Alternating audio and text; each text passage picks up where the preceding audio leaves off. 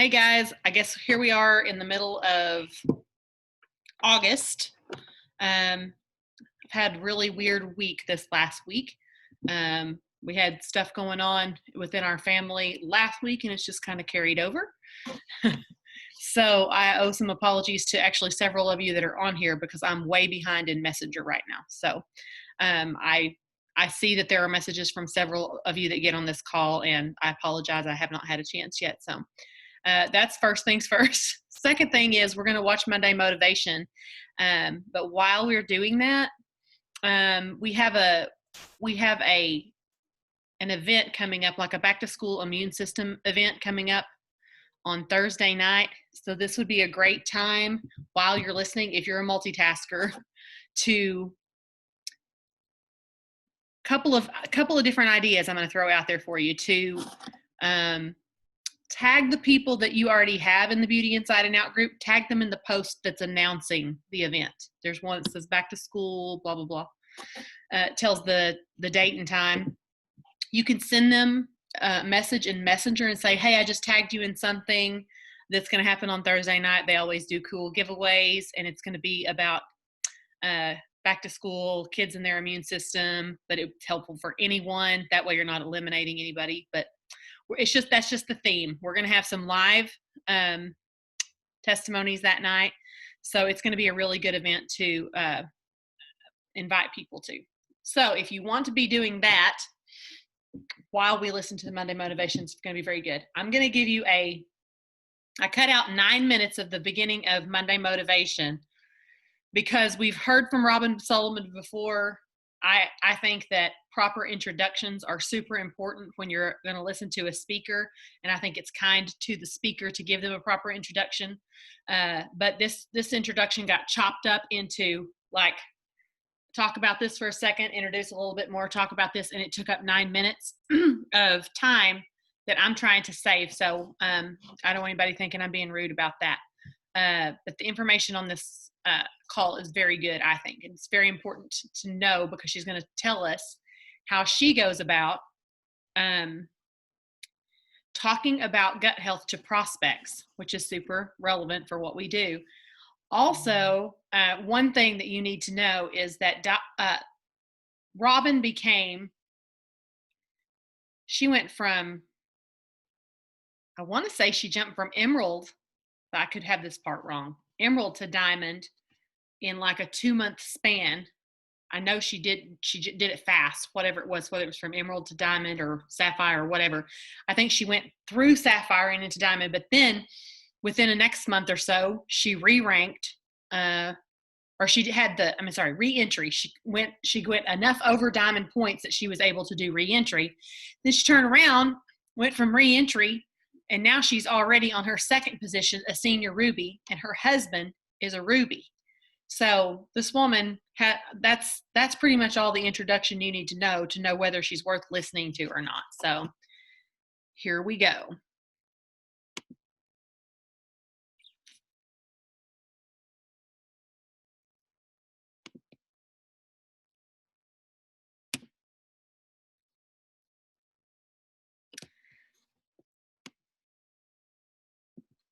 Ooh, 1 second here. And then take it away. Okay, so I hope you guys can hear me. My name, again, is Robin Sullivan, very blessed. I'm an ambassador with Plexus, and I did start my journey quite a bit ago, almost 7 years ago, and I was just a really stressed out assistant principal of a high-need school here in a suburb of Dallas. That was it. I was fluffy. I needed to lose some weight. I picked up a lot of stress weight in my first year at this school where I was an assistant principal. And I decided to start the Plexus product simply to gain willpower over food and to shed a few pounds. Nothing more, nothing less. I did not start this as a business. I honestly didn't know it was a business. I thought I was joining like a Costco or Sam's membership. That was it. So I started taking the products, started feeling amazing. Within the first couple of weeks, I love showing my before pictures because, guys, I only lost 2 pounds in my first 2 months, but I lost 19 inches of fat.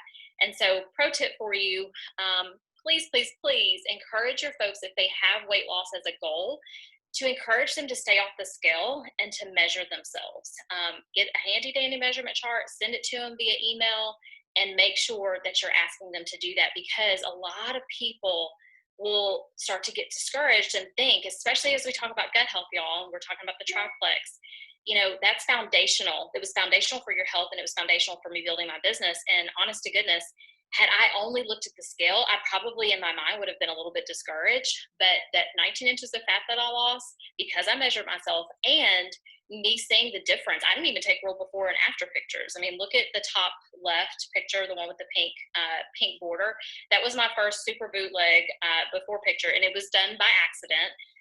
Because I was not ever intending to share or sell Plexus. But I was sending it to my sister because my sister wanted to know, did I look any different? Because she saw me posting about this pink drink. And you can see the huge difference in just those 2 months. And that was only 2 pounds. So just make sure that you're guiding your people in the right way, setting up appropriate expectations when they get started. Because I had those appropriate expectations from the beginning, I stuck with it, and I ended up losing 30 pounds in 30 inches. I naturally began to share because I am an educator by trade. So I loved asking people to come along the journey with me and all the things that I was learning about gut health. That was fascinating to me. I was completely ignorant about gut health, knew nothing about it. And so it was really exciting for me to share and educate my audience, my social media audience, on what I myself was learning. And so they came along the journey with me just naturally and organically. This is obviously myself now. Those on the right, those pictures on the right, have an awesome family of 5. My husband and I have been married almost 18 years. We have 2 daughters. They've grown up with Plexus. When I started Plexus, they were 3 and 6. They're now 10 and 13. So they're true Plexus kiddos. And one day will be Plexus ambassadors and jewels themselves, I'm sure. And my mom, who is precious, precious, precious, she moved in with us right after my father passed almost 11 years ago. So she's been a big part of my journey as well. The one thing that attracted me to Plexus, when I look at those before pictures, and I'm reminded of the fact that I was incredibly busy, was overworked and underpaid, never thought that I would do Plexus as a business, but I will say this, for sure, I saw the potential because I was added to pages, and I saw that other people were building lucrative businesses by sharing these products with people and educating people about these products. And what I loved was the option of having the ability to work from home. I like to work naturally. I didn't really just want to be a stay-at-home mom and not work, but I really loved the idea of this opportunity. And so I simply ran with it. I also loved the notion that you could take these products and you could fit it into your already busy schedule. And if you drank half your body weight in ounces of water and you were consistent and took your products every day, you were probably going to see results. And that is exactly what happened for me. At the time, I did not exercise at all. When I say at all. But I completed my first half marathon last year, almost a year ago. And so just super excited about all the changes that Plexus has brought, not only to my family health-wise, but financially. We just bought our dream home less than a year ago as well. So life could not be better. So today I'm going to be sharing with you guys how to share gut health and how to connect with people about gut health and starting that conversation about gut health. So the 4 main things that I'm going to talk to you about tonight, is how do you get to know more about gut health? Like, what are the things that you need to do to educate yourself about gut health? Because like I just said in my story, guys, I was completely ignorant about any of these things that Plexus really addresses. But I chose to be a student. I chose to be a student of this industry, a student of the products, a student of gut health, a student of Plexus. And, I've had success because of that. Okay. We're also going to be talking about how you share with your friends what you're learning, bringing those people along with you on the journey, connecting people on the phone and talking about their health goals, and also asking for a commitment and closing with confidence. So those are going to be the main topics that we're going to be focusing on tonight. Okay. So how do you get to know more about gut health? When you go into this journey like I did, when I say I literally never took any supplements, the only supplement that I ever took was a prenatal vitamin, and only when I was pregnant and nursing. Had never taken, just general vitamins, multivitamins, never taken a probiotic, really honestly didn't know what probiotics did. I mean, I went into this with clean slate, totally ignorant, like baby, okay? And a lot of people think, well, I'm not really a healthy person, so how am I going to share gut health with people when I'm generally not even known to be like this health guru? You don't have to be, right? Because what you're excited about is the fact that you made a decision to do something different with your health, taking more control over your health and being proactive. Everybody's looking to do that. That's part of the reason why my business exploded during a global pandemic, is because people need what we're offering them. People need improved health and wellness, and people are ready to start taking their health into their own hands. So back in the day, none of these resources were here. So be thankful that you have started or are doing Plexus in a time where you have a plethora and a treasure trove of resources that have been given to you with your, some of you $9.95 membership and some of you $39.95 yearly membership. So the wellness webinars are incredible. They just posted the new spill of wellness webinars that Plexus Corporate is rolling out with our amazing third-party validation of Dr. Pacheco and Dr. Logan and all of these amazing people at corporate that are not only qualified, but it is their job to just put the stamp of approval on everything that we are talking about in our social media news feeds and on the phone when we're chatting with people about Plexus. So these wellness webinars tap into that resource, okay? Also get to know the triplex itself. We just did an unboxing and an unveiling and kind of this new and improved triplex, same products, but just packaged differently and presented to our audience and our customer base differently. And so get to know that information in your back office. Spend time. Make sure that you're setting aside time not only to do your income producing activities, but personally grow as a gut health expert. People will begin to see you over time as the expert on health and wellness, even if they never try Plexus. I have people asking me questions. I won't even say who, but I would have people asking me questions about other people's health products, right?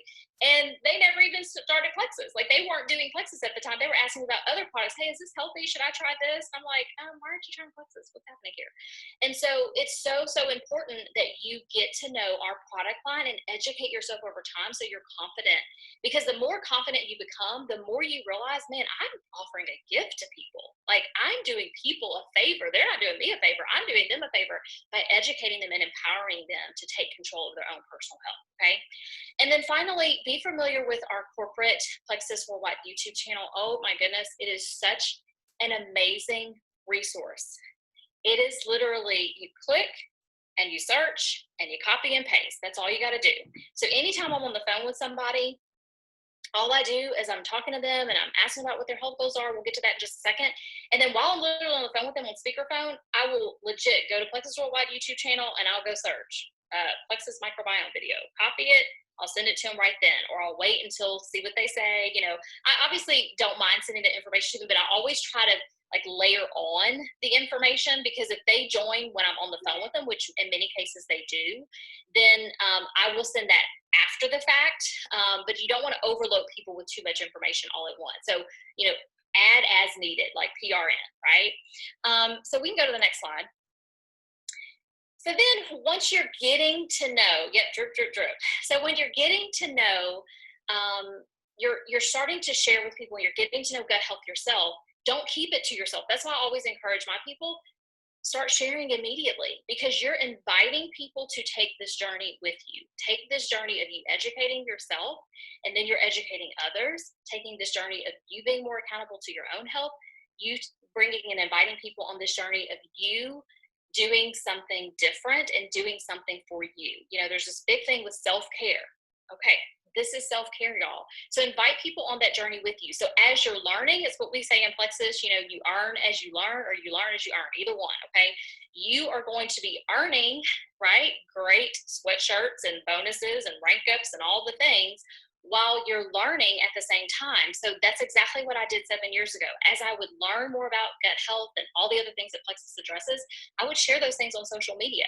So share what you're learning. You don't even have to say Plexus, right? You're just going to start following people who are health gurus that are even outside of Plexus, to add even different third-party validation, right? So people won't necessarily think, oh, well, Robin's only talking about what Plexus says about gut health. No, let's just generally talk about gut health. So I encourage you to do that too. That's kind of an example right here in this first post and this first graphic to the left. And then when you then make it personal and make it about what you're doing, the choices that you're making, because people ultimately are not joining Plexus, y'all. They are joining you. So you want to keep it personal. You don't want to make it salesy. You don't want to make it spammy. So share what you're learning about this journey and about health, the health journey that you're on with your friends and family. You do want to get consistent about social media. I tell you, when I started Plexus, again, I was not that chick. I did not post a lot about anything, not Plexus, not anything. I didn't post really a lot about my family. I just wasn't a big social media person 7 years ago. But when I realized that this was an online business, I realized, okay, I've got to get with the program. So I started consistently educating, empowering, and entertaining my newsfeed. Is what we call the 3 E's. I continue to do that. And when you get into a rhythm of that, guess what? People begin, you may not even know that they're looking, but they are definitely looking. And some people will take them 3 weeks. Some people will take them 3 years. Some people will take them 7 years to join you. And that's okay. That's the reason why I've reaped such a huge harvest, because of my consistency in doing all the things. Okay. So post on social media at least 2 to 3 times a week about gut health and all the things that you're learning with Plexus. Also keep in mind, guys, that you have to make this personal. The 3 E's are empower, educate, and entertain. Those are the 3 E's that I kind of go by that and when I'm posting and when I'm talking to people and engaging with people on my newsfeed. I'm always trying to empower people. I'm always empower with positivity, no negative talk, anything that's inspirational. I also try to entertain them, just funny things, because people do go to kind of decompress after a long day and they scroll social media to be entertained, and also to educate. Okay. So you want to incorporate those 3 E's. All right.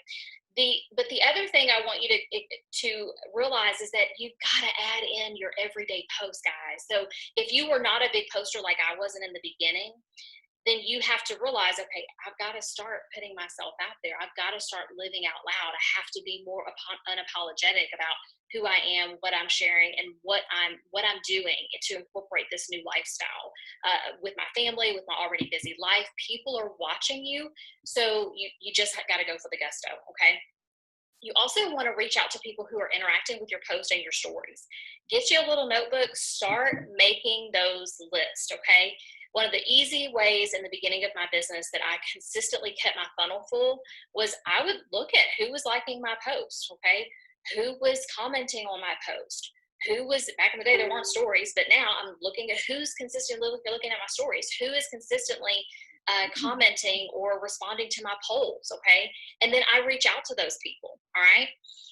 Be consistent. That's the key here. Consistency is absolutely vital for your business, because there are people that will not comment, they will not like, but I guarantee you they are watching you. Trust and believe, my business is only what it is because of my consistency long term. Okay, we can go to the next slide. All right, so this is a relationship business. We're not even going to make a relationship business. This is a relationship business, okay? So I'm a big, huge proponent of being normal, not being weird, keeping it casual, and getting people on the phone. You've got to make a decision at some point that you're not going to be afraid. And if you are afraid, you're going to do it afraid. And you are going to get from behind your computer screen or your phone and get on the phone with people, okay? It is so incredibly important. This is one of the common posts or common messages that I'll send to people when they've liked a post, or I'm just trying to start this volleyball of conversation going, okay? Hey, thank you for liking my post. I appreciate your support. What did you identify with the most, meaning in the post? I'd love to connect and hear more about your health goals. Do you have 10 to 15 minutes to chat anytime soon? That's super casual. It's not formal. It's not stuffy.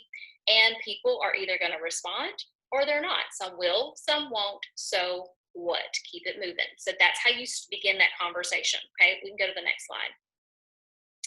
When you keep it casual, people realize, like, oh, okay, I can see myself getting, being in relationship with this chick, and I say that because there's lots of people that we're friends with on Facebook, guys, that aren't really our friends, right? And when you've done this business as long as I have, most of the people that probably are engaging you aren't your close friends anymore, because you've gone through that super warm market. And so you got to make yourself relatable to a degree that people are going to want to get on the phone with you. right? So that's why your consistency in posting, all of this is tied together, because if you're consistent in posting, people are going to feel like they have a sneak peek into your life, that they're going to feel like that they know you, even though they really don't, right? And so people are more likely to commit when you get them on the phone. Okay, bottom line, because what I have found is there's a big gap, right? When I send you a message and I send you a video that I see, asking how you felt about this, and there's nothing wrong with that way. Okay. If people won't get on the phone with you, yes, you have to communicate that way. But if you can get someone on the phone and you can just chat with them about what their health goals are, where they're struggling, right? Ask them just about their life, you're going to get a commitment a whole lot faster, in my opinion. And at least that's how it's worked for me in my business. So some of the tips that I have is less is more. A lot of times the fear in new people starting this business and them not wanting to get on the phone and then wanting to hide behind their phone screen is sometimes it is just like, you just don't want to make the time to do it, right? Because it does take time to commit to getting people on the phone, right? It does take time getting on the phone. However, what I have found is that if you realize that you don't have to be the expert, you're gonna understand completely that less is more. Guys, a lot of people ask me, well, what do you say when you get on the phone? I don't really say anything. I just ask them, how are you? How is your family? How are you, how are you doing during this crazy time? Are your kids adjusting to virtual school well? Are they in school in person? Tell me what's going on. And then they'll kind of just, people love talking about themselves. So they'll go and they'll share, and that's like 5 minutes right there. And then they may or may not ask how I'm doing. That's okay, because it's not about me, right? So then I simply ask them, okay, well, tell me what intrigued you about my post, or tell me what your health goals are. Tell me what you're struggling with. And then that's when the floodgates open, guys. And all I do is listen. All I'm doing is listening to what they're saying. And I am totally focused on, okay, what is going to be the best fit of products or welcome pack that is going to be good for them? Because in my mind, I'm like, as soon as they start listing their litany of issues that they're dealing with, I know that I'm going to get them to commit because they need what I'm offering. And so that's really where that confidence comes in that I'll talk about in just a second. So less is more. You don't have to do a lot of talking, okay? Listen and relate to what they're saying, right? And a lot of times you will relate, because a lot of times you will have struggled with some of the same things that they're struggling with. And then once you've uncovered what their health goals are and what they're struggling with, at the end of the day, you're going to simply say, well, this is the product combo that I would recommend. And I send them one of those graphics. I have it saved in my phone, and I have it saved on my team page, and I can easily access whatever graphic of whatever welcome pack I choose for them. And even if they don't get a welcome pack, even if they don't end up joining, if they just become a customer, we'll talk about that in a second, I still can show them that combo, and it easily breaks down what's in that combo, right? So this is what I recommend. This is why I recommend it. And then they'll ask, okay, well, how much is it? That's usually the normal natural progression of the conversation. How much is it? And I just tell them, hey, well, first of all, are you willing to commit 90 days to your health? Are you willing to make that commitment, that investment in your health? Are you willing to do that? If they tell me yes, they are, then I say, well, then you becoming a wholesale customer. I say wholesale customer. I don't necessarily use the word ambassador, because I do feel like it kind of makes people feel like they have to represent something. And I don't necessarily think that everybody has to go into Plexus thinking they're going to share it. They are going to share it if they're on my team, more than likely, because I'm going to talk them into it, right? But I don't want them necessarily thinking that has to come with the package. It's not necessarily a package deal, because I got to Diamond and Emerald and Sapphire, all of the ranks, with just as many wholesale customers, happy wholesale customers, as I did business builders. So it's important that you not necessarily scare people away either, right? So I absolutely ask them, are you willing to make that investment in your health for 90 days? And I just explain them the reason why it's an investment in your health is because an investment's a really good word to use, guys, because people are thinking, okay, am I willing to invest in my health? And the obvious answer should be, yes, I'm willing to invest in my health, right? But when you ask that question, it starts to get their wheels turning, like, I should be willing to invest in my health, right? So it's almost like it's an obvious answer, yes. But also you want to say that, because if they say, I don't know, if they start that willy-nilly stuff, then you got to make a decision to say, okay, well, then that lets me know exactly what buckets you need to be in. You need to start out as a retail customer. And this is the difference between retail and what I was thinking you would be eligible for, which is our wholesale discounts. Okay. And then I just share with them, I started because I knew that it took me 3 or 4 months, more than 3 or 4 months to get fluffy when I was trying to lose that weight. And so I knew it was going to take me more than 3 or 4 months to get it off. And so that's the reason why I ask people, are they willing to make that investment in their health? Because these are plant-based products and it does take time for the products to do what they're intended to do. And so by the time I get finished saying all that, most of the time they are ready to make a commitment. And that's when I let them know, making a commitment to your health and investment in your health means that you are going to be getting these products for 90 days. You will have a subscription that is to help you stay consistent with your products. And are you okay with that? Are you fine with that? And depending on what they say, then I know how to move forward. Then I offer which welcome pack, we move on. We can go to the next slide. Okay, so I will be totally frank with you guys. Because I have gotten on the phone with people for almost 6 years now, I would say I probably started exclusively getting on the phone with people 6 years ago. I'm about to be my 7th year. This is the first year because I didn't know the noodles. I was just texting folks my link, which I never do now. You know, let them soak. Just still, they're good. Hang on.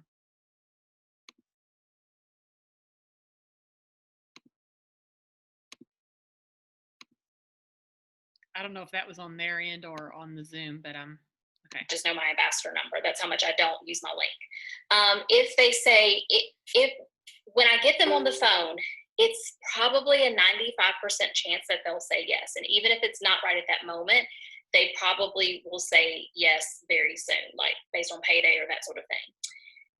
So that's why getting on the phone is the secret sauce, right? Is that connection. You're building that rapport. So much can get discussed on the phone rather than the back and forth texting. But if they say no to Plexus, okay, and I want to identify, this is important. I really want to identify the difference between a no, I'm no longer interested, and a not right now. Okay. So when someone tells me, yeah, I don't think that's right for me, which rarely happens. Rarely does someone say, no, I just don't want Plexus if I'm on the phone with them, or if I send them the TriPlex video. Most of the time people just don't flat out say no. This happened on occasion, but I can probably count on 2 hands how many times that's happened in my almost 7 years. They'll go goes. Now I will say that they'll go goes, they'll go into witness protection, but most of the time people aren't saying no because most of the time people know they shouldn't be saying no to their health. They know they shouldn't be. So that's why they don't say no. They just ghost. Okay. They just go ghost. But most of the time when people are saying not right now, it's because maybe they're financially not in a position to do it. Or maybe it's because whatever that reason is, it doesn't really matter. The bottom line is that door is not closed yet. Okay. It is closed if someone says, no, I am not interested. Thanks, but no thanks. And the one thing that I want to interject here that I did not plan on even sharing is that a no is a no, guys. So a hard no is a hard no. And I want people to really begin to think about the idea that it's good for us to respect those hard no's, because there's just too many billions of people on the planet for us to be hounding somebody if they said no to us, right? And that's a hard no. That's not a no, not right now. Okay. So know the difference between a no, hard no, I'm not interested. That's not who I'm talking about. The not right now people are the people that I send this information to. I ask them to go and do their own research. I ask them to go and look at the connection between gut imbalances, a lot of the issues that they are probably facing. Okay. I also ask them, also if they say no, not right now, then I know that, guess what? I have not uncovered enough for them to make a decision to say yes yet. So it's my job as the ambassador and the leader of my own business and the CEO of my own business for me to say, okay, since I haven't uncovered enough, it's my job now to follow up, the fortunes in the follow-up, sending different videos, okay? Also making sure that I share a testimony that may resonate with them, and also inviting them to try the 3-day challenge pack or just the sample from the Engage app, okay? Either or both, right? So it's my job to do those things. But no, there is a difference between a not right now and a hard no. Respect the hard no's. A lot of times those people will come back around. Just still love on those people, right? You just don't want to go ghost on them because they said no, because then they'll know that you had ulterior motives. But you also want to make sure that those people that are not right now continue to follow up. Okay, we can go to the next slide.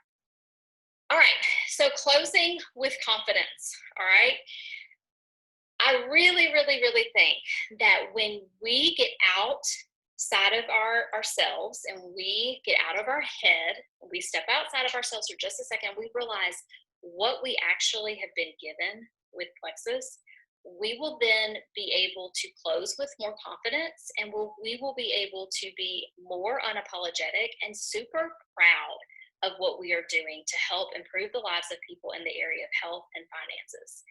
And so I always try to help my team to see is, guys, this isn't even about me. This isn't even about us. It's about other people. We're offering a gift to people. And so when your posture is confident, not cocky, but confident, when your posture is you're self-assured, you know exactly what you want, what you are looking to gain, you know exactly what you are doing in the area of your desire to add value to people, then guess what? When you speak with people, they will pick up on that. Okay. So we are doing people a favor every day by sharing the gift of Plexus, honest to goodness. So when you're on the phone with them, that posture matters. You want to create a sense of urgency.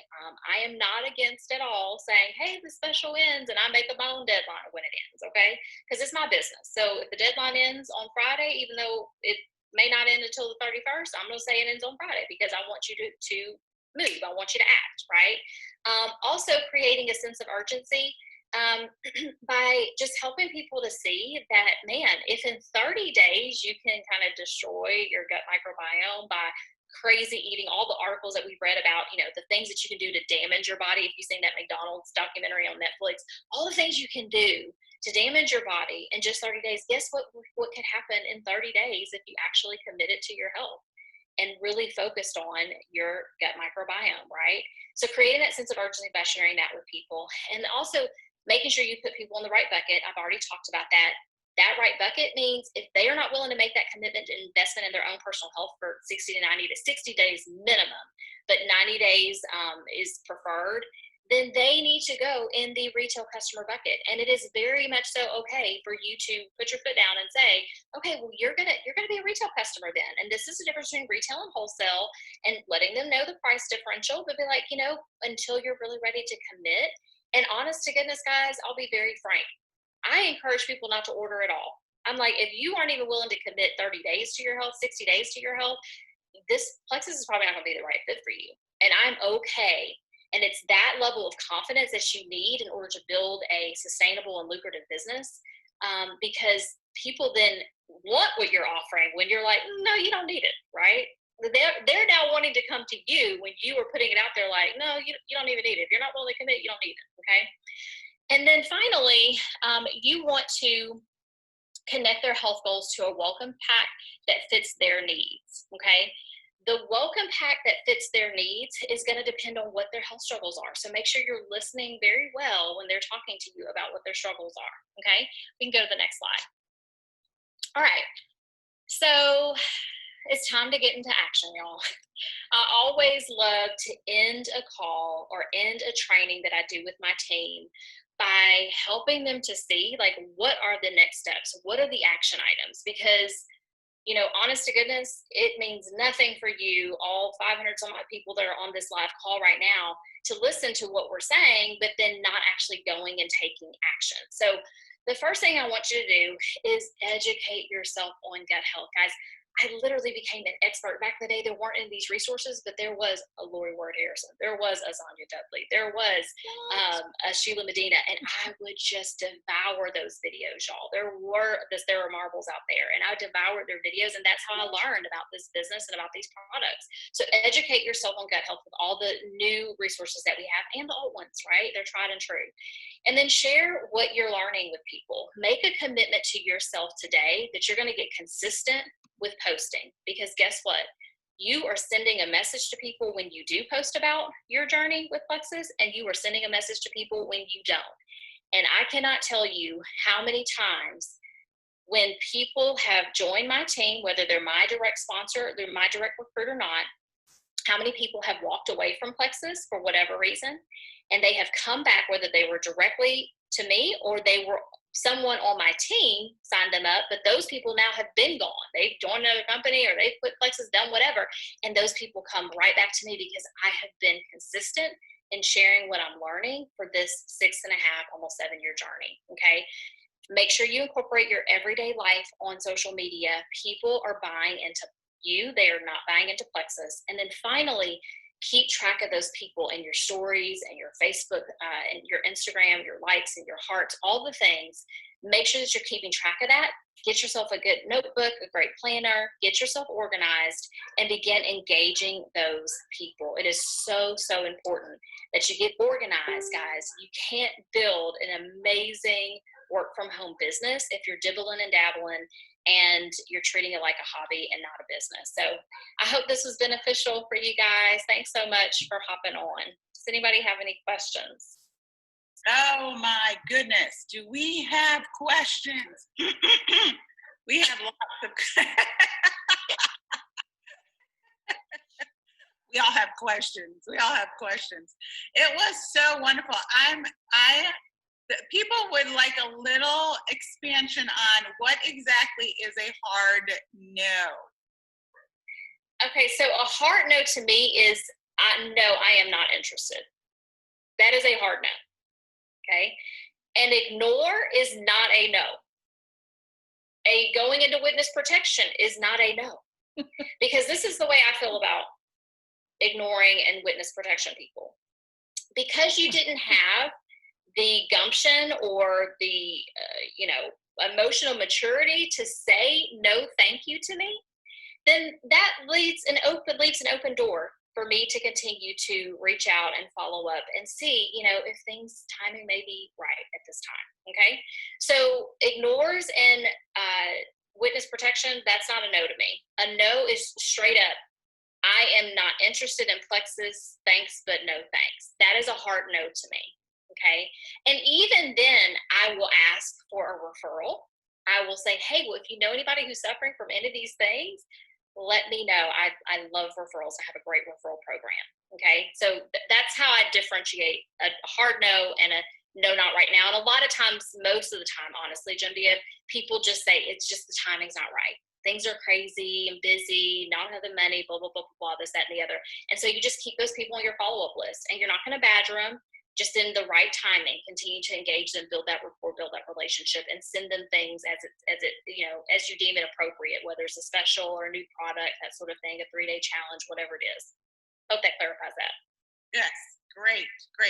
And I also love what you said, which is there are millions of people out there looking for you. Do not get all hooked into the whole well, I'll just wait for her to say yes or him to say yes. It's like no. Too many people. It's like fishing, and the one that got away, you're gonna go, motor after them, and it's like, what about all the other fish? What about all the other fish? You don't tie yourself to an outcome. You're literally a waitress. That was the best analogy ever given to me when I first started Plexus. I'm just offering, I say water, I'm not a coffee drinker. I'm just offering, like in a Waffle House, offering water to people. And sometimes people are going to be thirsty. Sometimes they're not. And until they get thirsty enough, I'll just continue to offer water. But it's just too many people on the planet for us to get stuck on this one person's decision. Yeah, perfect. So another question is, since you've been in for so long, who are you now reaching out to? Hasn't everyone you know already heard about Plexus? Not even close. Not even close. I'm not on my Facebook reach limit. Okay, so I don't have 5,000 friends. I'm not, I'm not Insta famous at all. I have 1,000 followers. I'm horrible at Instagram, by the way. And so I have literally the world is my oyster. I feel like, honest to goodness, I'm almost 7 years in and I'm just getting started. And so that's that fixed mindset and that growth mindset. Develop that growth mindset. It is so important in a business like this, because if you constantly see the possibilities and everything is right at your fingertips, the world is at your fingertips, you're never going to run out of people. Every time I'm interacting with anybody, I'm friending them on Facebook. Okay, say that again, because I think people miss that. Can you please say that again? What did I just say? About the growth and fixed? Anytime you are interacting with anyone. Oh, yes. I mean, let me tell y'all. First of all, I haven't reached out to all. I may have may have 3,000 friends on Facebook. I have not reached out to all 3,000 people. That's first. Second, when you get so good with attraction marketing, meaning you have created a rhythm in posting about the things that you're passionate about, whether it's, your kids or your faith or your family or mountain climbing, whatever it is that you love to do, right? And then you incorporate Plexus into that. So you're still a real person, but you also are willing and able to add value to people. Adding value is huge. You literally, that's exactly right, right? You are a magnet. And so there came a time in my business that I honestly didn't have to reach out to people anymore. People naturally, honestly, come to me now. So I have not even gotten to close to getting to my cabin, reaching out to every single person I know, and getting to know anybody that, anytime I moved into a new neighborhood a year ago, guess what? I was at that meeting with the new neighborhood watch, whatever it is. I don't care about the neighborhood watch, but I was at that meeting and I friended about 10 of those ladies, right? And then that expands. And then my kids went to a new school because we didn't move school districts, but we switched schools. Guess what? I'm going to get to know some of those parents. Every time you have an opportunity, whether it's at the grocery store, Soma Intimates, my favorite store, or if you were going to go to the ball field, just make sure you're constantly expanding your network. All these Facebook groups that people created because of the pandemic, because people were bored and sitting at home, go create your own Facebook group, or better yet, if you don't create your own Facebook group, join some Facebook groups, engage with those people, and then friend those people on Facebook. You don't have to mention Plexus to them. If you're naturally posting, they will be attracted to what you're offering. I have to say, y'all, that is a big step that so many people are missing. It's the adding to your network and letting them see you as a human being, right? Through your normal Facebook posting. So for those of you that think like, oh, I got to friend them and then I got to sell to them right away. No. Okay, so I love that. How long do you wait in between reaching out to people when you have not got a response to the first time you reached out to them? That's a hard question to answer because honestly, I don't keep track that well because I'm always talking to people. And so when you're talking to as many people as I talk to on a regular basis, whether it's the business builders on my team, whether it's the wholesale customers on my team, whether it's my current customers, or whether it's a ton of the prospects that I'm following up with or sharing and inviting them to things, you kind of lose track. And so therefore you're never really hounding anybody. It's never too soon because it's just a natural flow. Okay, I haven't talked to this person in a week or two. Let me reach back out to her, and you get, that's how you also don't get tied to the outcome. Because if you're reaching out to so many people, you don't even remember, oh, that person didn't even respond to me. But that's why you got to add them to the list, though, because you will forget. They will fall through the cracks. Mm-hmm. Mm-hmm. How do you generally approach people about the product? Pretty much what I said in the slides. Hey, I noticed that you like my Plexus post, or if they're in my stories, I will say I've generated so much conversation and a lot of new joins to my team in the past year and a half, 2 years, when I really got my act together with my stories, both in Facebook and Instagram. And it's like that constant sneak peek into your life. People love that. And doing those polls constantly is creating new conversation with people. And a lot of times people are in the polls and, sometimes they're saying yes or no or responding. They don't even know they're clicking, right? So you have that group and you got to throw them out. But it's still a new conversation though, right? So at least I'm on their mind, regardless if they meant to click yes, they want to try Plexus or not. So a lot of my new growth is happening in my stories. I will say that. And the polls are essential. So someone is just asking for clarity. As long as someone is willing to commit, even though they don't want to sell, you would explain to them becoming getting the best pricing through becoming an ambassador, even though you don't use the word ambassador, right? Yes. And I'll be honest, especially now, guys, like I want my friends to save like I saved. Like I'm a bargain shopper. I want, if people are willing to commit 90 days to their health, I feel confident that I can get them to fall in love with these products, not only so that they're a happy wholesaler, but that I do a launch event for them and they start sharing, and then they realize what kind of lucrative business opportunity they have on their hands. So yes, as long as they're willing to make that 90-day commitment, they understand that means they have a subscription in place.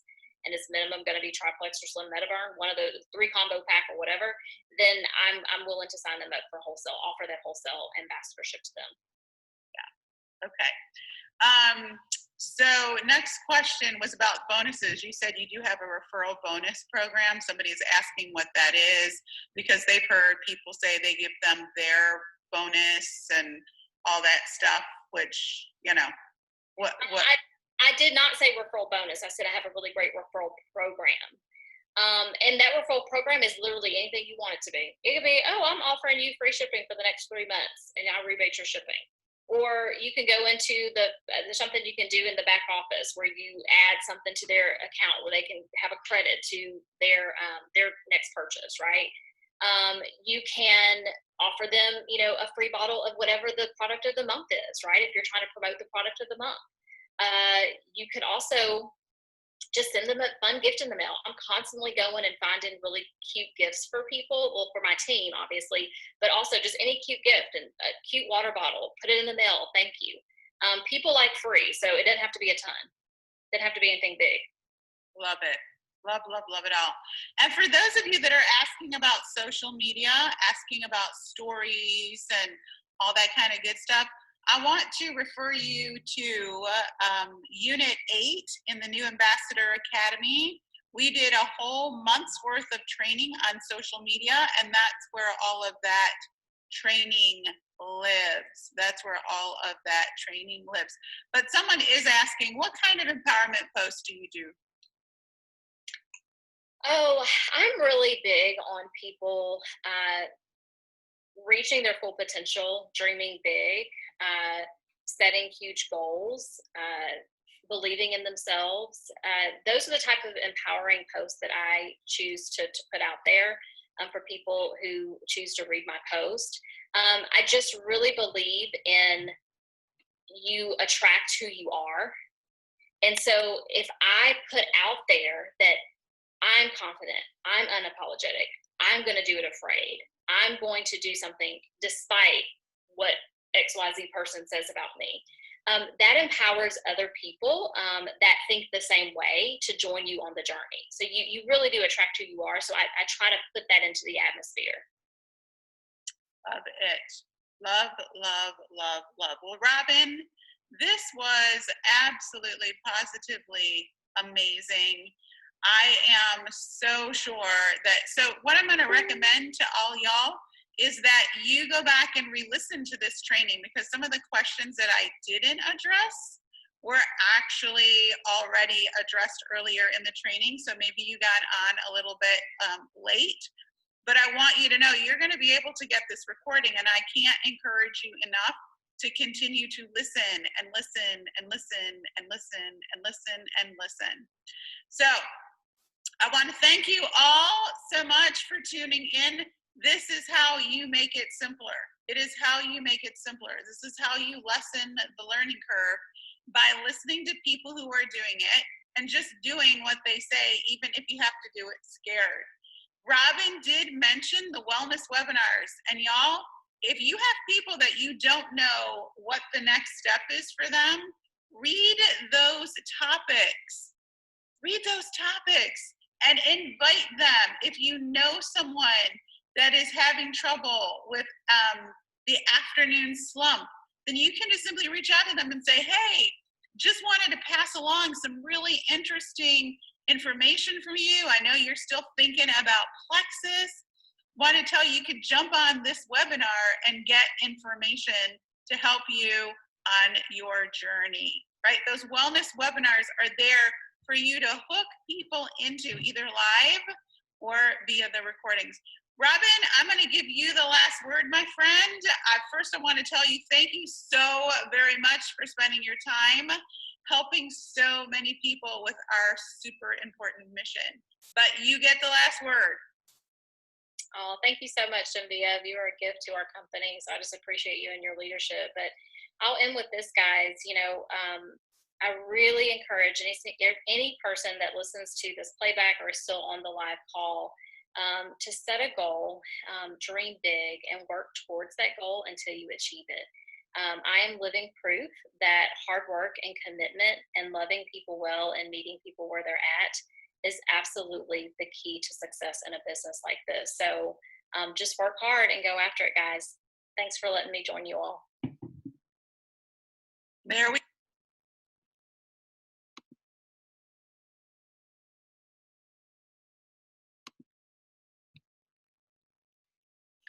Okay, so I think that was a really great call.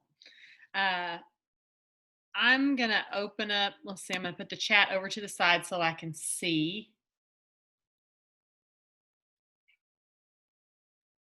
Okay. I'm going to ask for your feedback about what your favorite thing was that you learned tonight. I took a few screen captures as she was talking so that I could remember the things I wanted to go back over. And feel free to type in the chat if you had any thoughts. And I'm going to cover what Becky said here in a second too. I mean, my own personal thought on that. So, hang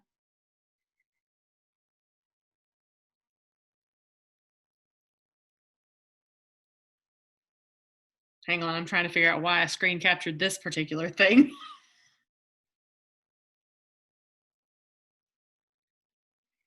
Okay, she had said by educating them and empowering them to take control of their own personal health. I think I probably missed the actual exact thing that she was saying. I love how she said that. I love how she said that she gets them on the phone and she actually lets them talk. The very, very best results I've ever had with anybody is when I already know some backstory on someone. And right now, whether you know it or not, you know backstory on everybody, even though you might not know the story, you have a topic right now. Right now, you could be like what she said, like outside of the pandemic, outside of that, you might have been like getting somebody on the phone that's just a Facebook friend and don't even really know where to start. But right now, it's real easy. We all have these topics like, so how are things going with your family? Are your kids starting back to school? How'd that go? How's it going? Are your kids adjusting well? All these things. And you just, the trick for most people who I know, honestly, I don't really know how to categorize this. Most people I know, the biggest trick is to shut up. And I don't mean because you have so much you have to say. I mean, there is just something about listening when you get on the phone, if there's awkward silence or whatever, if you don't know the person well. But I love how she presented it, that you just get them on the phone and get them to talking to you. And then that's going to automatically, you realize the timing right now, that's going to automatically lead to why you're talking to them. You don't have to go, okay, so anyway, because it's not going to be like, so how was your scuba diving trip? Oh, yeah. And you go, anyway, so why I'm getting you on the phone? Because literally you're talking to them about that the whole time. You're addressing health. You're addressing, how's your job? Is everything going okay with that? Are you enjoying it? However, whatever way, the transition, the segue is basically non-existent. You don't have to create some weird segue that makes it seem, and hear me out and see if this is how, if you've ever gotten on the phone with someone and it's a business call and you're on the receiving end, let's say you're in the customer seat or you're in the potentials seat, and someone says, so how's your mom? How's your dad? How's the da? And then you feel like they didn't even hear what you said. And then they say, so anyway, and then they segue. And none of us, I know all of you that get on these calls, none of us want to sound like the anyway person, the segue, the person that makes a clumsy segue. So in this particular instance, you're literally going to be taking mental notes as they talk about, well, you know, last year Sawyer kept getting strep throat, and, you know, I'm so concerned this year because it seems to me like, okay, well, you need to remember that when you're talking. Tell them a story or say, hey, or tell them a story if you know of one off the top of your head. And if you don't, you keep a mental note of the fact that they told you they had someone in their everyday life that used to get strep throat all the time and they don't know how school's going to go this year because after you get off the phone, and here's another key to this, the way I'm telling you to go about this now, rather than talking on top of them or talking too much, you can listen. You can actually lead them to talking about the products that would help. And then you have the perfect opportunity to make sure that this person, you get them in our testimony group and you're able to tag them in appropriate testimonies so that your ideal idea when you have them on their phone is to get the solid yes, get them enrolled, all that stuff. And even in that case, getting them into the Beauty Inside Out group, if that's not how this all started, if that's not where this potential, if that's not where their interest came from, was the Beauty Inside Out group, getting them in there, because the way that group solidifies people's decisions so that they're like sitting, waiting in the mail. They're like, okay, they've read 15 stories about one particular eczema, one particular strep throat, whatever. They've read all these stories and they're like primed and ready. So let me see. What was the next thing?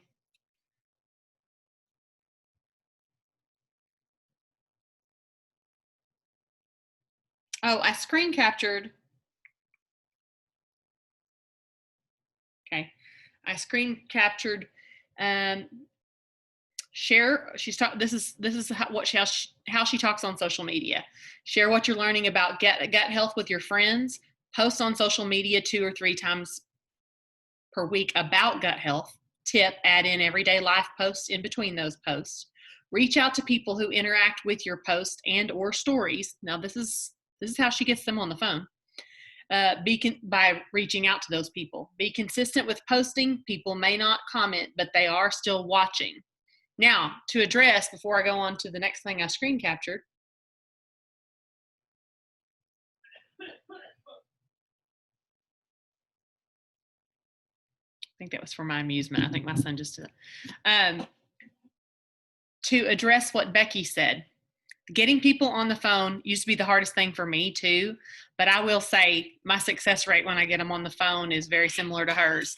I don't like it either. It's not something that I sit around going, man, I can't, but I will tell you this, it transitions a person from a question asking,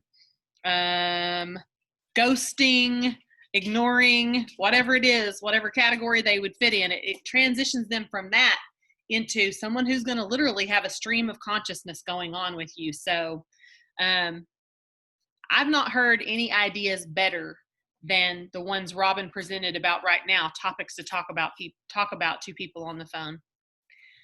Literally no one has their camera on, so I'm only assuming that you guys can still hear me.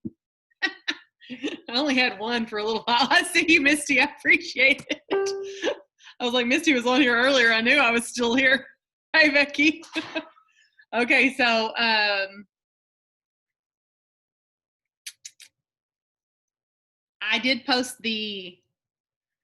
posted the prizes in the group for those of you who want to tag somebody in a fun post. That's a fun post. I saw Ann too for a second, maybe Karen. It looked like I might have got a little action down there on her camera. I can't tell for sure. Hey, Ann. So here, let's see what else. To set a goal, let's see.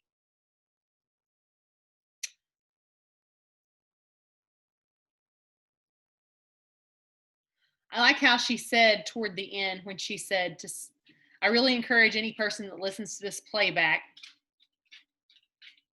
to set a goal, dream big, work towards that goal until you achieve it. She says she's living proof that hard work and commitment and loving people well and meeting people where they're at is absolutely the key to success in a business like this. So just work hard and go after it, guys.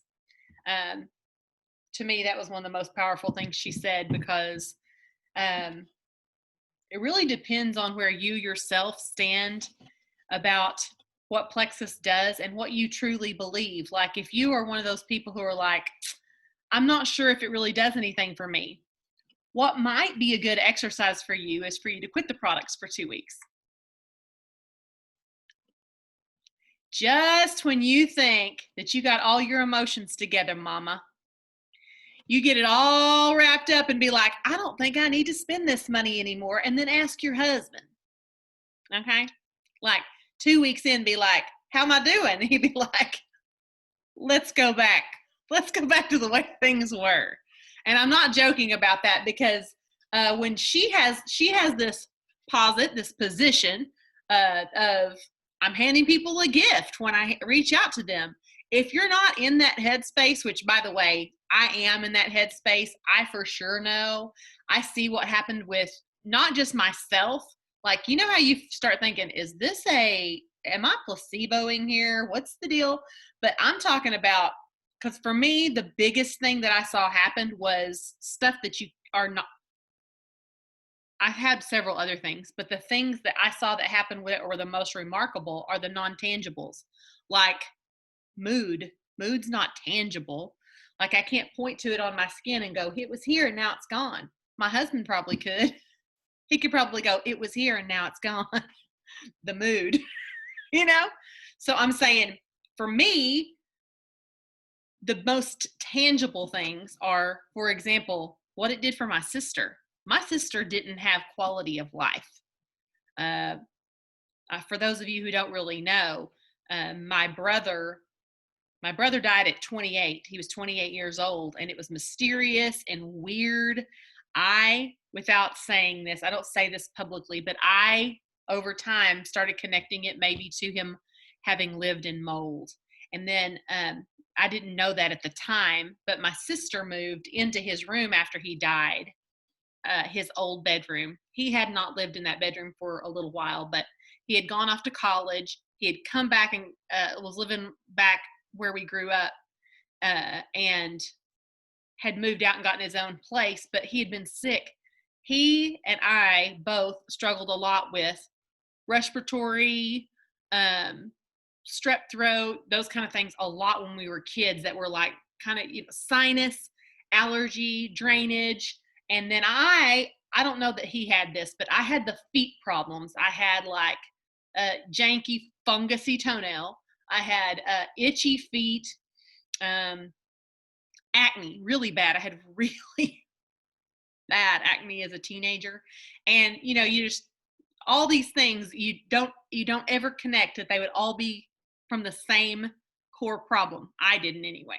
I do now. But for me, when I started realizing I don't use all this stuff that I've always kept on my nightstand anymore, like, throw it away. I don't use all that stuff anymore. I don't have to use Tums. I don't have to use itch cream. I don't have to use all these different things that I had been using. And those are the more tangible things that I'm talking about. But when my sister went from anaphylactic food allergy, which anaphylactic means throat closing food allergy, and she'd been that way for 7 years. She had lived around the mold. She had probably had what was an undiagnosed case of intestinal permeability, which is also called leaky gut, which was basically making her body attack itself, and especially if she ate wheat. By the way, I do not believe that gluten is the problem. I believe, and if you are really interested in what I'm about to say, you should go read the post that I put just a little bit before this call.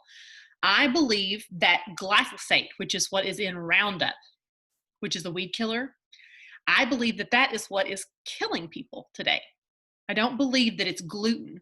Now, perhaps the glyphosate actually attaches to the glutinous part of wheat. Therefore, if you take gluten out, you're also removing that. I don't know. Got no idea. But I'm saying, if you grow your own vegetables and you don't round up and you don't put it in your yard and all this stuff, and even if you grew your own wheat, and if you order wheat from Europe, which is what I do, or actually, I think it's from France. Yeah. So I order my flour. When I say wheat, I order flour from there because they don't do all that crap to theirs. Now, when you go and read about the polio vaccine, which is what I posted about a little bit earlier, and by the way, regardless of what your stance is on vaccines, I'm not going to get into an argument here, but I will say that usually the dividing line between an argument on social media between, say, someone who is pro-vaccination and someone who is anti-vaccination or whatever is it all comes back down to, well, what if you're so anti-vaccine, what would happen in this world if we had never had the polio vaccine? That's what they'll go back, like sometimes you just got to get rid of something. And this information that I posted earlier is pretty solid proof as far as I'm concerned. I don't need any further proof. Y'all are welcome to dig if you want to, that polio was never what they thought it was. It was literally the same thing I just described to you about Roundup, glyphosate.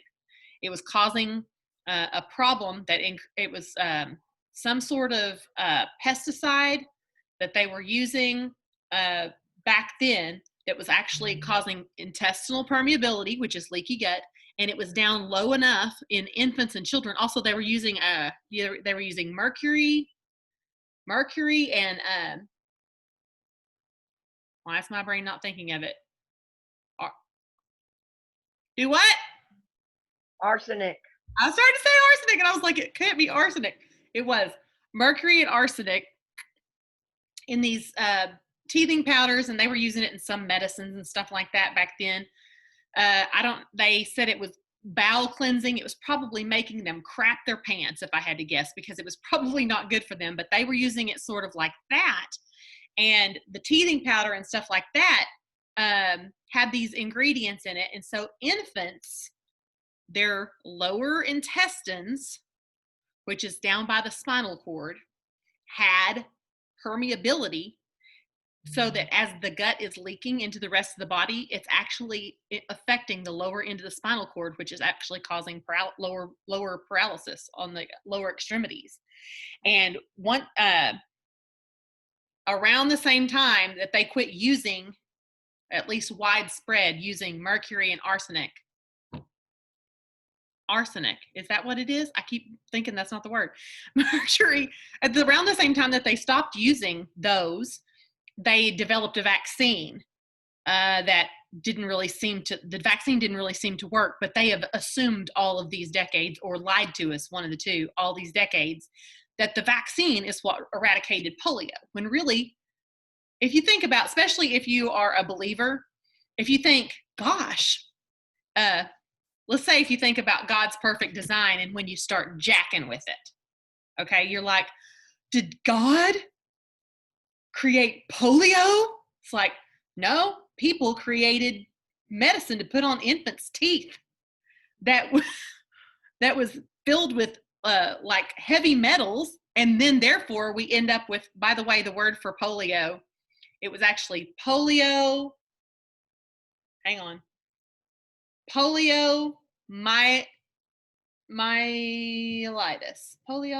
something like that. Basically what it breaks down to, the word polio means gray.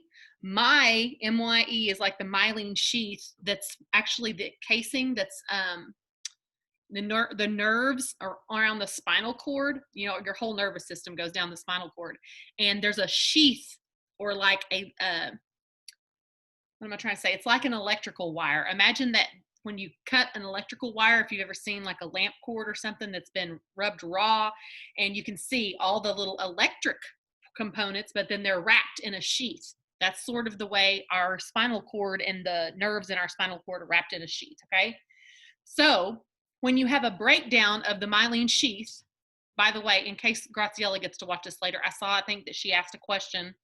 No, was it Graciela? Somebody asked a question. Somebody asked a question about the difference between, probably wasn't her, ease and nerve. And basically the concept of that ease is for inflammation, and the nerve actually goes in and begins to actually repair myelin sheath. And actually at the time we created it, there was nothing else on the market that did it, that actually repaired. Okay, it was, I couldn't remember. Okay, anyway, so that being said, the word breaks down to polio, which is the word, means gray, which is the myelin sheath, or the myelin part of that.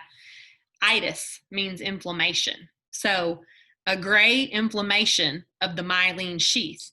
And they said it was years into people coming down with this weird, paralysis that it was years into it before they actually named the disease polio, because polio just means gray. And it was weird. It was years before they even put it into calling it a disease rather than just a symptom, because it was just an observation. It would be like saying, this person has itchy skin. And then all of a sudden they were like, okay, let's just call it itchy skin because that's a disease now. And it wasn't. It was a symptom. They named it a disease. They came out with the vaccine, all of these things. And really it went back to they were putting wallpaper on kids' rooms to keep bugs out. So also, by the way, while we're on this topic, I had a guy at a paint store one time tell me I was about to buy somebody had bought paint and brought it back, and all I needed was one can. They had this can marked way down. It was the color I wanted, but it was exterior paint. And I was wanting to paint something interior, and I was thinking it's just probably more durable, probably just more weather resistant or something like that. It's fine. And so I thought to ask the guy before I did it. I was like, so exterior, interior paint, I think it would probably be a bad idea to put interior paint on the outside, but the other way around, it should be fine, right? Expecting a hard yes. And he said, oh, there's like pesticides and all kinds of stuff in that exterior paint because it's outside. I was like, oh, and he's like, you don't want those fumes in your house. And I remember being like, oh. So when I was reading in this thing about the wallpaper in kids' rooms, that was like, these days when you spray bug spray on, it would be like the fumes of that in your kid's room all day long, hoping they don't lick the wallpaper, but literally fumes. You understand what I'm saying? It's like heavy metal, a mess. I believe right now that the health crisis in America is almost 100% due to Roundup. There, I said it. That's just what I believe. And so we've got so many people that are so sick and have no idea, and could probably eliminate that and start getting better immediately. Now, in order to do that, they would have to eat around here. You'd have to eat no American flour or eat gluten-free, which I believe must be how the glyphosate actually attaches, or they would have to get flour and bake their own things from another country, because other countries don't have this intestinal permeability thing going on. Now, I'm not saying all other countries. European countries where they bake lots of good bread, and people are not even obese in these countries I'm talking about, where they don't have all the inflammation going on in their bodies because they're not trying to trick God. Like, get rid of them bugs. Now, I'm pretty passionate about this because my brother worked for an organization or a foundation that actually studied this kind of stuff to try to help rural landowners and stuff get a leg up on, making sure they were able to make money in the business that they were in their agricultural business. And in order to do that, tricking God. They're like, let's see if we can make this plant grow longer and the cows can eat it later into the year. But in order to do that, we got to manipulate it. And you're playing with DNA of plants. Also putting portholes in the side of cows and looking to see how long that cow can eat something it's not naturally supposed to eat, like have a cow eat corn instead of being grass fed. And they've got these portholes. You've seen these documentaries where they show they cut a porthole into a side of a cow so they can watch its digestive action. And they basically watch it and see how long they can feed that corn to that cow before the cow gets mad cow disease or develops E. coli and it's unsafe for human consumption. And this is the ish that they are doing. They're studying how to play with so that farmers and ranchers don't get screwed on money. But the fact is, we as Americans don't value Because when you ask them, they're like, I would really like some grass-fed beef. I would really like some organic vegetables. They're like, Americans don't value that. We don't have enough of a consumer base to do that. They want cheap beef. They want cheap vegetables. They want cheap, cheap, cheap. So they spray it. They put the porthole in the cow. They study, they study, they study. So I'm throwing all this out there because the understanding of that made a huge difference in my life and made it really important for me to have clean water source. Made it really, like, I had to prioritize things way different in my head. I quit prioritizing this, what you see, and started prioritizing things that you don't see as far as what I spent my money on. I mean, I still like to get pretty and do the fun things, but for me, it was really important that my family eat organic. It was really important when we can. It was really important that we grow a garden. It's really important that we have a healthy water source, because I see the road we're headed down. If I don't at least teach my children about this, we're one generation dumber, so to speak. You know what I'm saying? Like, if I don't even talk about it because I didn't know, once I do know, I have to do something about it, because then we're raising children that I can promise you our government at this point has no intention of teaching the truth. Our government is what leads our universities and all of our public school system. And when you basically hand your children over to them, which is what we've done, and it's not a criticism, it's just an eye-opening fact. The fact is, we say, I hope my children come out unscathed. I hope my family comes out unscathed.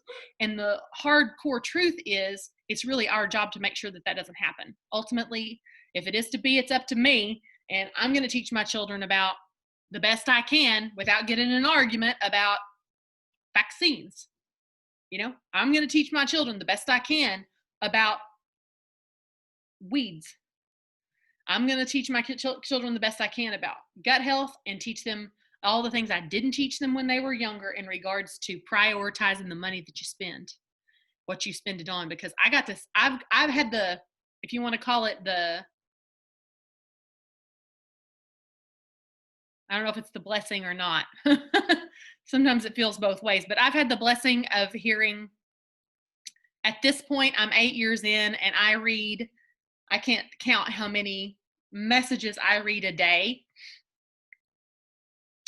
and or testimonies I read a day from people who started their gut health journey and had some shocking results. And then once you start comparing all that and realizing, so basically everything that person was taught also was a lie. Basically everything that person was taught was also a lie, until it's like, yeah, you don't even have count. You can't keep a count anymore of how many people have been lied to, and how many people are doing the lying, and how many people are in charge of lying to the masses to keep all this stuff under wraps, so that we just keep buying McDonald's and just keep eating corn and calling it a good vegetable, not the organic kind, you understand? And I'm over here going, we really need to go back to the ways of, which I guess what I'm saying is, everything that we think is progress, I look at it now and go, I don't really know. I truly don't know. I mean, I think these are not good for us. Like, this is going to be my next thing, is I'm going to really look into maybe getting something that would block whatever this is doing to us. Like, my friend, she actually puts it on airplane mode at night and doesn't set it right next to her. That way it's not all night long emitting crap into our bodies, everything. I think when I said the other night, I think it was on this call I said it. I've had so many things go on, I don't know, but I think it was on this call like a couple of weeks ago, when I said something about some people don't believe in God and Holy Spirit and all this stuff, but because they say they can't see it, it's not tangible, whatever. But they're the same people who are like, I got to turn on my Wi-Fi. They believe that works for some reason. And that for me, Wi-Fi is one of those things that is a non-tangible that's almost tangible. Like, you have proof of it being on or off, even though you can't see it, And the fact that there's proof going off, you would have proof if you looked at your phone all night long. For me, to me, it's like a no-brainer to put your phone on, not silent, but on airplane mode so that it's not emitting crap all night long on you, on your body, whatever. Now, I know not everybody has the luxury of being able to do that at night, but it's just something to think about. Okay. Go to this last. What are those things that you can put on your, I had one at one time, my chiropractor gave it to me, or I bought it from my chiropractor. And I got a new phone, so it didn't fit the case, but it's like an electromagnetic something. It's a little button. It's a little thing that you put on there that actually helps to keep,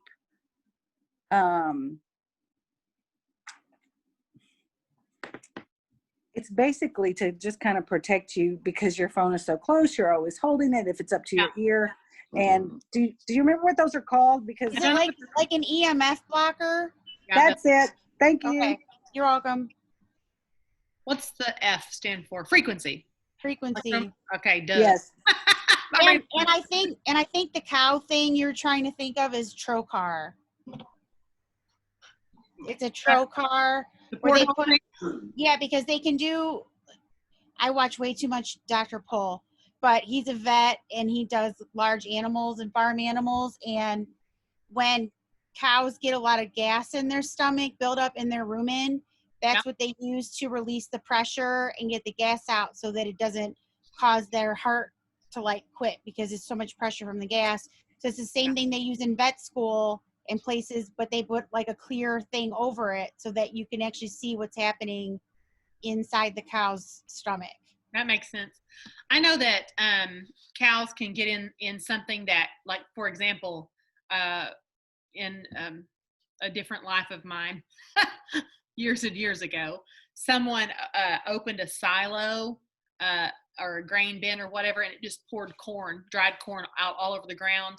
And I think they did it on purpose to kill the cows. And these cows got in there and just ate it until what they call foundered. I think that's what they call it, until they foundered, which means what you're talking about, where their stomachs literally will blow up to twice the size. And a good old redneck farmer will literally take a knife to them to get the air out, not to kill them. It's also those grain silos where mold builds up. Absolutely, yes. So they're eating mold at the moldy corn, and that's the thing too. And we're eating those cows. You understand? Like, that's why grass-fed beef, organic, all of that is the very best option when you can get your hands on it. So these are just things to think about. Also, I'll tell you something else I have noticed. Once you start paying money for something that's a little bit more than what you've probably always bought beef, or maybe not, but maybe you've always bought it. And once you start paying a little bit more for it, you cook it. Like, you don't sit there. It doesn't sit in the refrigerator until it goes bad, until you think, oh, shoot, I forgot to whatever. When you pay a little bit more for it, that little bit more is almost like an insurance policy that you're going to eat at home once this week. And it's almost like an insurance policy that you didn't waste the $5 that you spent on the cheap beef. You see what I'm saying? I look at it like that. I literally rationalize it in my mind. I look at it and I think, if I have organic carrots, they're not only in my refrigerator, they're in my head. You understand? Like, if I have organic anything, it's here and in my refrigerator. So I'm not just going, oh, I'm just going to do this instead of it. It's like, okay, I spent a little bit more money, but not as much as losing the whole amount that I would have spent on something that I let rot. And I don't know if that helps anybody to kind of flip it in their head. Once I started thinking of it like that, it was like, oh yeah, I'm going to start buying healthier options for my family. So, okie dokie. I know, I know we have a really kind of weird environment that the world is in right now. I think things will be way different come January. I don't know that things will be better in November. I don't know. But I think things will be way different in January when all the political nonsense is out of the way, regardless, basically. Because I think this whole thing that's going on right now, the majority of it is actually politically fueled.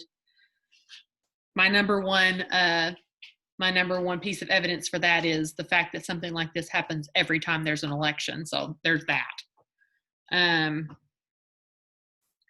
Not saying that it's not real. I'm just saying it was conjured and inflated and all the things. So, all right. I'm going to turn some music on.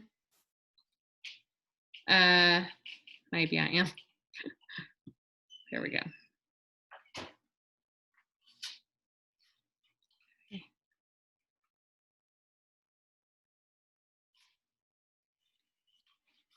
The really loud noise is my son eating an apple. I don't know if it's for my amusement or yours, or maybe he's just showing off organic apples. I don't know. I keep thinking, what is he doing? And now he's giggling since I said it. So.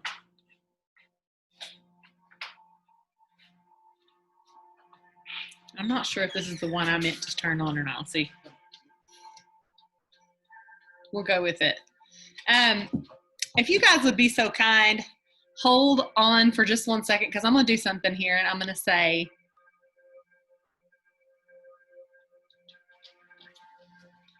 I'm not sure how to, y'all help me think through this. If I end this recording and start another one, I don't have to, here,